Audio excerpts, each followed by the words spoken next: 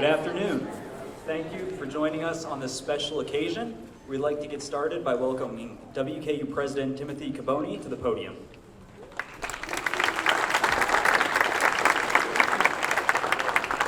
Well, good afternoon, everyone, and thank you for joining us to celebrate a significant moment in the life of our institution and WKU athletics, and in the life of a remarkable coach, a trusted confidant, and a dynamic colleague and friend. Today, we unveil an extraordinary, one-of-a-kind statue honoring an extraordinary, one-of-a-kind member of the WKU family, a Hilltopper great, a legend among us. For more than 30 years, Travis Hudson has demonstrated the true meaning of coach.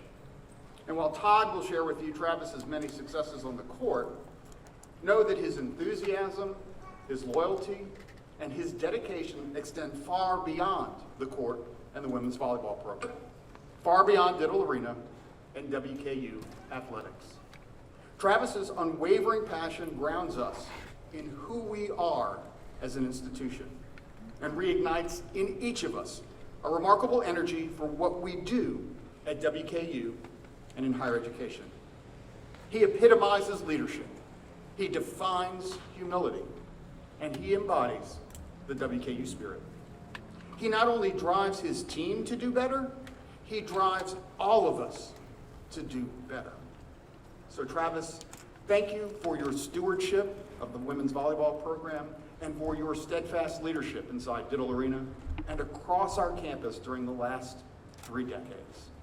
Thank you for your service to WKU athletics, to our students, and to our beloved institution.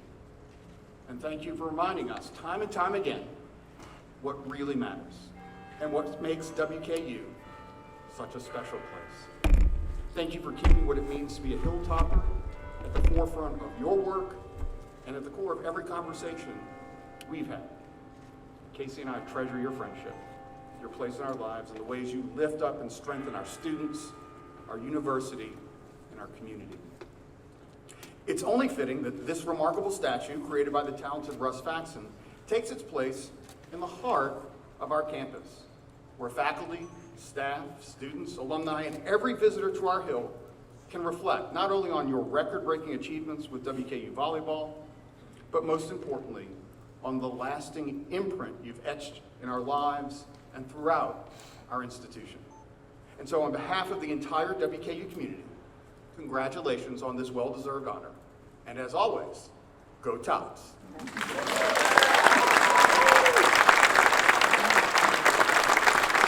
now I'd like to call WKU Director of Athletics, Todd Stewart, to the podium.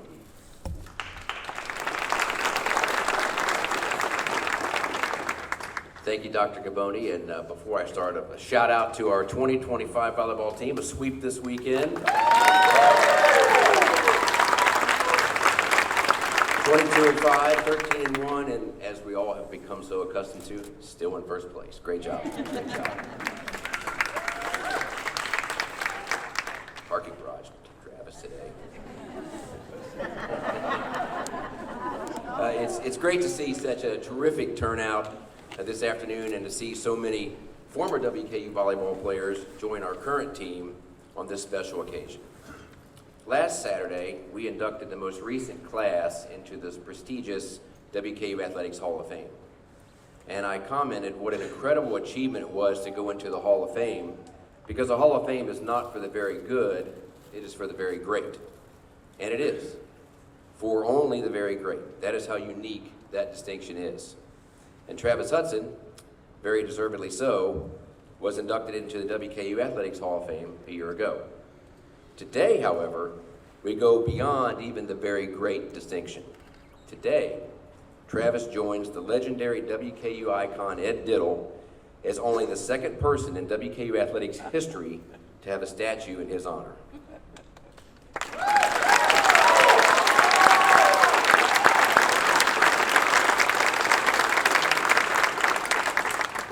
But technically, maybe he's the third, if we count the greatest mascot in collegiate athletics history, Ben Ray.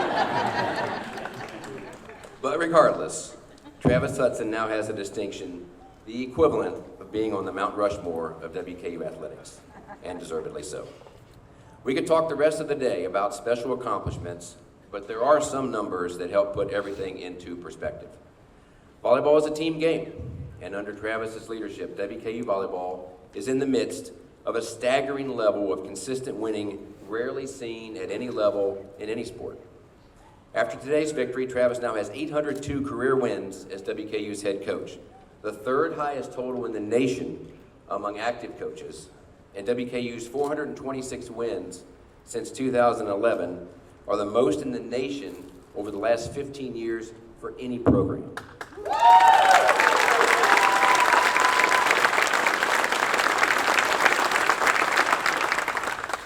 Under his leadership, WKU has earned 20 conference regular season championships, 14 conference tournament championships, and 17 NCAA tournament appearances.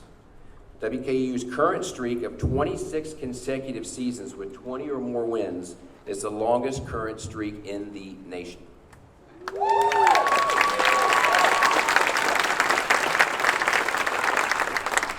Travis also had the honor of being invited to work with the USA Volleyball national team, and WKU volleyball has been ranked in the nation's top 25 at some point in 13 different seasons.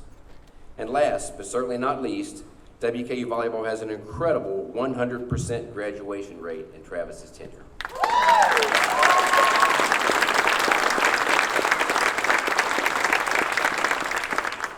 The victories, championships, and NCAA tournaments speak for themselves. But beyond that, the personal impact he has had on his players and everyone associated with the WKU volleyball program is exemplary. Travis has elevated WKU volleyball to heights beyond what even the greatest optimist would have imagined, while representing our program and university with integrity, character, and professionalism every day over the last 31 years. At this time, I call on WKU volleyball senior student athletes Callie Bauer and Callahan Wiegand to officially unveil the statue.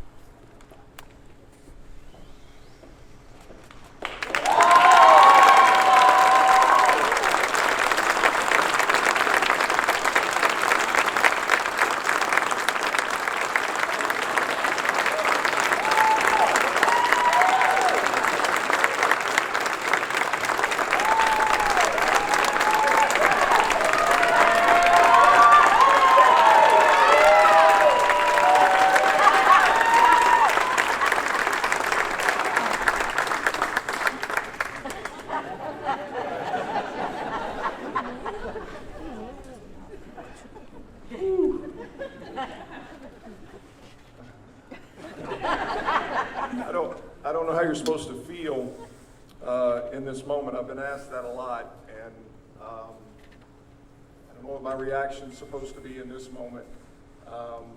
But I'm not sure anybody back in 1996, when I was 24 years old and I became the head coach at Western Kentucky in the sport of women's volleyball and won 7 games my first year. I'm not sure anybody predicted that we would be standing here today in their wildest dreams. I did some math. I do have a WKU degree. I did some math.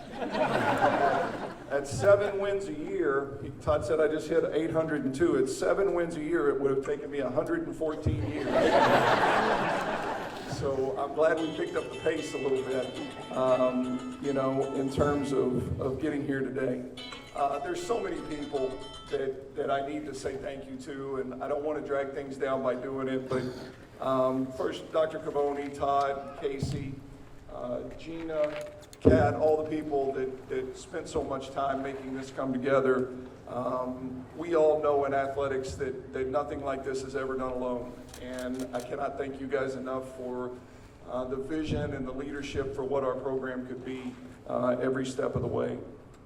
I feel like I need to pay homage to the greats that came before me, because when I was that 24-year-old head coach, I can still remember how excited I would get. My heart would skip a beat when I would pass Jimmy Fikes in the hallway, or I would see Paul Sandiford coach his team, or I would run across the Lee Robertsons or the West Straters or the Jim Richards, who is still a very, very close friend of mine to this very moment.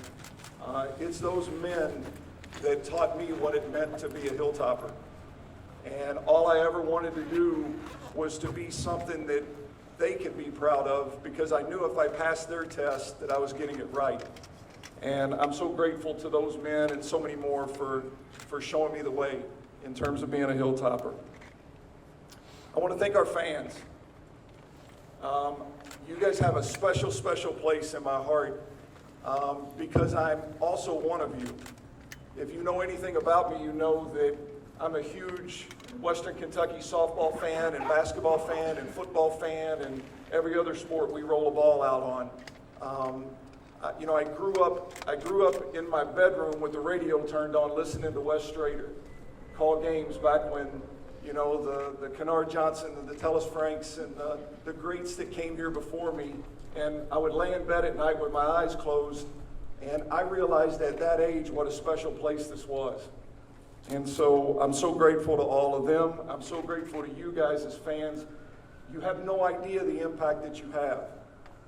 It can be as something as simple as seeing one of our players out in the community somewhere and just saying hello. And I'm so very grateful. You guys are what makes Western Kentucky, Western Kentucky. To my staff, every staff member that's ever coached with me, and certainly to my current staff, Jenna Otek, Craig Berry, and Christy Griffin. I have always tried to approach this with a we, not me mentality, and I would pray that they say that every day when they walk in the office.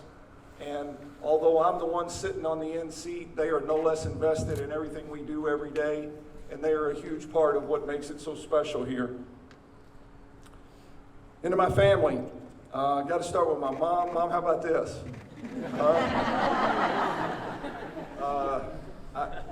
I'm so grateful to you. You were the strong young mentor that I had long before I knew what a strong young mentor was. And I'm so grateful to you and to my Uncle Tim and Debbie and my brothers Todd and Brian and their families that are here, and my sister Tammy, and everybody's always been so supportive of everything that I've ever done. And I can't talk about that side of my family without talking about my hero. And that was my grandfather, Merle Daniel. And when I was a young 24-year-old coach, he lived about 30 minutes from here. He's the smartest man I ever knew. He had an 8th grade education. He grew up in the coal mines of Eastern Kentucky, and he was my hero when I was growing up. And he was my hero not because he was smarter than everybody, but everywhere I went, he had this incredible connection with people. And I learned very quickly that it was how he treated people. And I learned very quickly that you can do things in a very simple manner, and it can still be high level. And if you walk out of my office, anytime you're ever in my office, look up as you're walking out the door in my office, and there's a sign over my door, and it says, "Do the best you can, Merle Daniel." And when I was a young coach, that's when I would walk around with him on his farm. That's what he would tell me when I was, but I'm trying so hard, and we're only winning.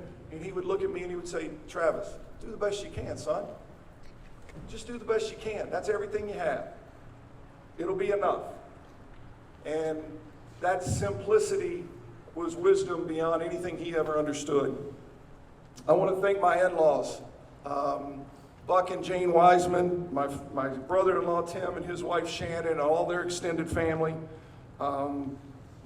Cindy and I have been so blessed through the years that I've been able to do this in this profession and be in a footprint that was within 2 hours of every family member that I love.